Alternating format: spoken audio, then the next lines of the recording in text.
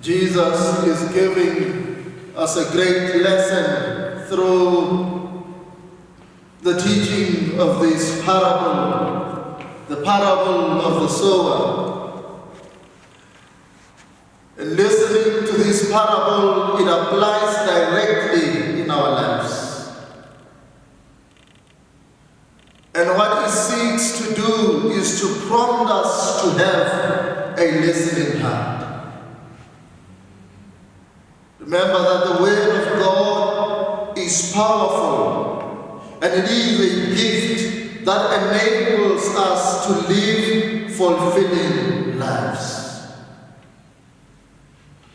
And the Word of God must be perceived as such, as a gift that must be received with an open heart, a gift that must be received with a sense of appreciation. If we want to live lives that are full of purpose, if we want to live fulfilling lives, we must at all times adhere to the promptings of the Word of God. Being in this world and faced by everyday realities, we often wonder, what shall we do? What shall we say? Whatever step or what we are, we cannot do for the sake of doing. Every action that is to be taken must not be taken for the sake of being taken, but it must be because we believe in our heart that it is the right thing to do. It is the right step to take. There is always a reason why we do certain things in life. In order to carry our duty and to live fulfilling lives, we must be mindful of the way. Because all that we seek to do must be a response to what the Word of God says to us.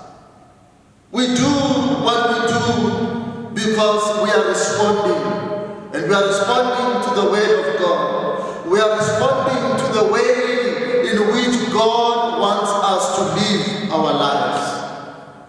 Because it must be embedded in us that we do not live for ourselves, but we live for God. And in order to live fulfilling life for God, we must do as He says.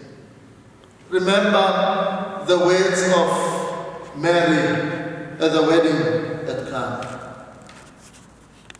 Do whatever that He tells you to do. So whatever word that is uttered by Christ must be fulfilled in our lives. We must open ourselves to God. What are we, or who are we without Him? We are nothing. And without God in our lives, we are completely lost. Without Him in our lives, the very same life that we are given will be lived in vain, and it will be meaningless.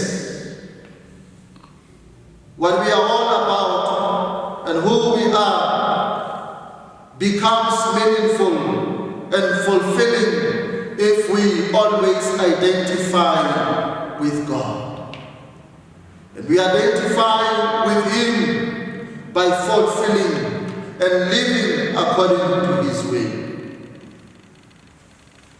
This parable calls us to be a listening people. The Word of God indeed is life-giving. And every time it is proclaimed to us, It speaks about life. It gives life. And when we open ourselves to this word, we are actually opening ourselves to life, to living. Because without the word, there is no life. Without the word, we are nothing. So we are therefore called in a special way to embrace the word of God. This word is always planted in our hearts like a seed. But whenever this word is proclaimed, we ask ourselves what kind of a heart or soil does it receive or does it find? The example that is given in this parable is of the seed that fell on a path. So we are therefore called to ponder, what are we when we listen to the word of God? What are we when the word, the seed of the word is planted in our hearts?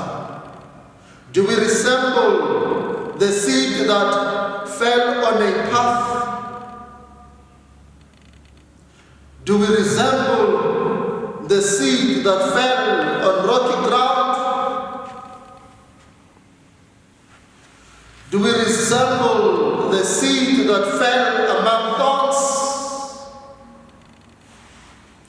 Do we resemble the seed that fell on a good and fertile soil? And this is a challenge to us to look deeply into our hearts.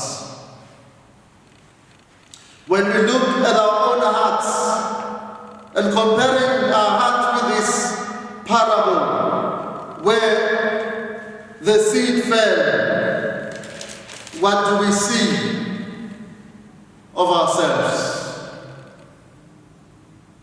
When the seed is planted, there is always an expectation. An expectation is that the seed must grow and bear fruit.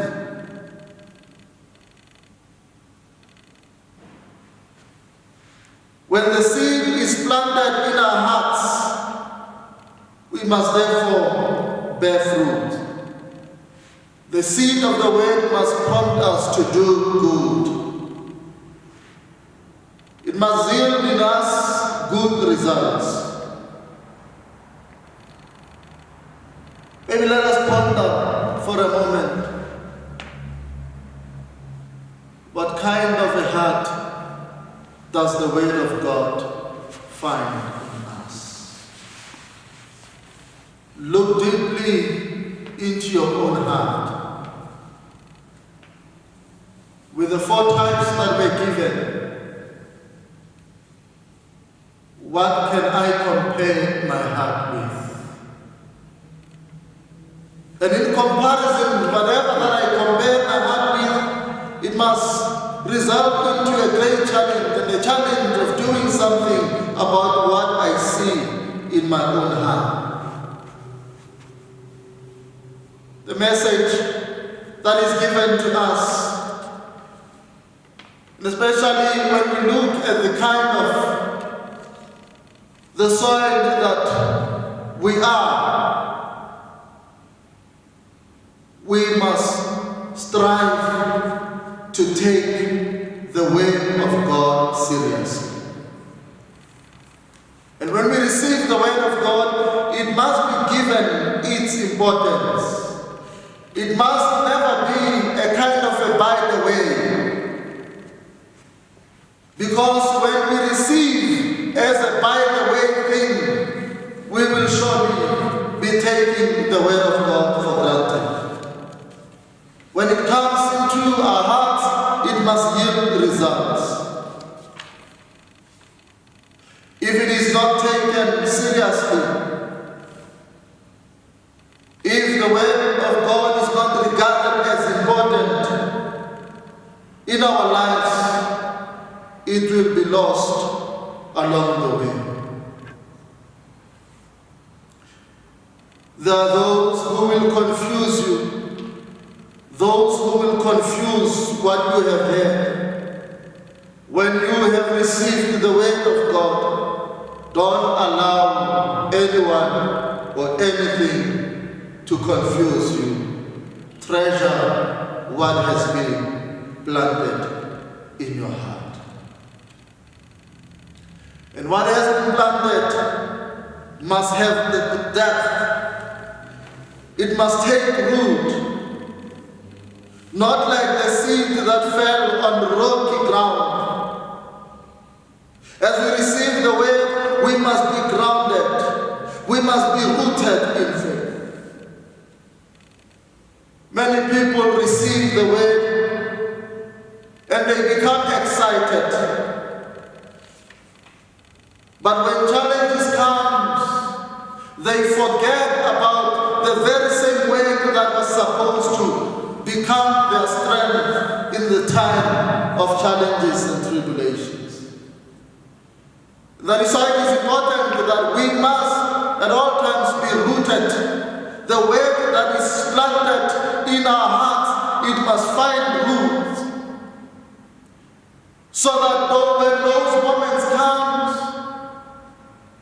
challenging moments, we will remain rooted and never allow anything to uproot this word in our lives. When we have received the word of God, we must also give it a space to grow. And it grows when we value it. The word of God grows in our lives when we appreciate it. When we try all that we can to protect this word. It must find in us openness and the sense of appreciation. It must find in us the desire to be led and to be led by God.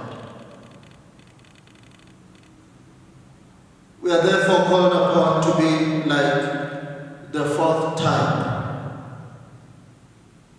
the seed that fell on the good soil, the seeds that bore fruit,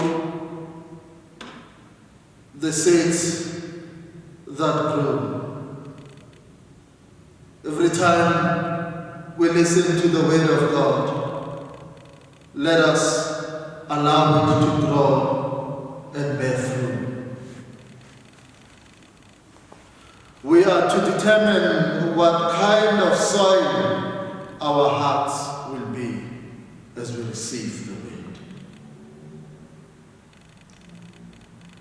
We are to determine what we want the word of God to do and to achieve through us and in us.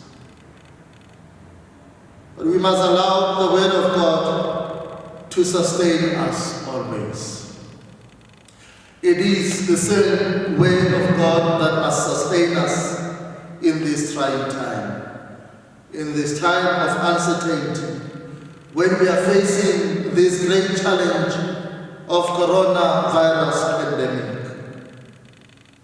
It is that word that has always been planted in us that must carry us through.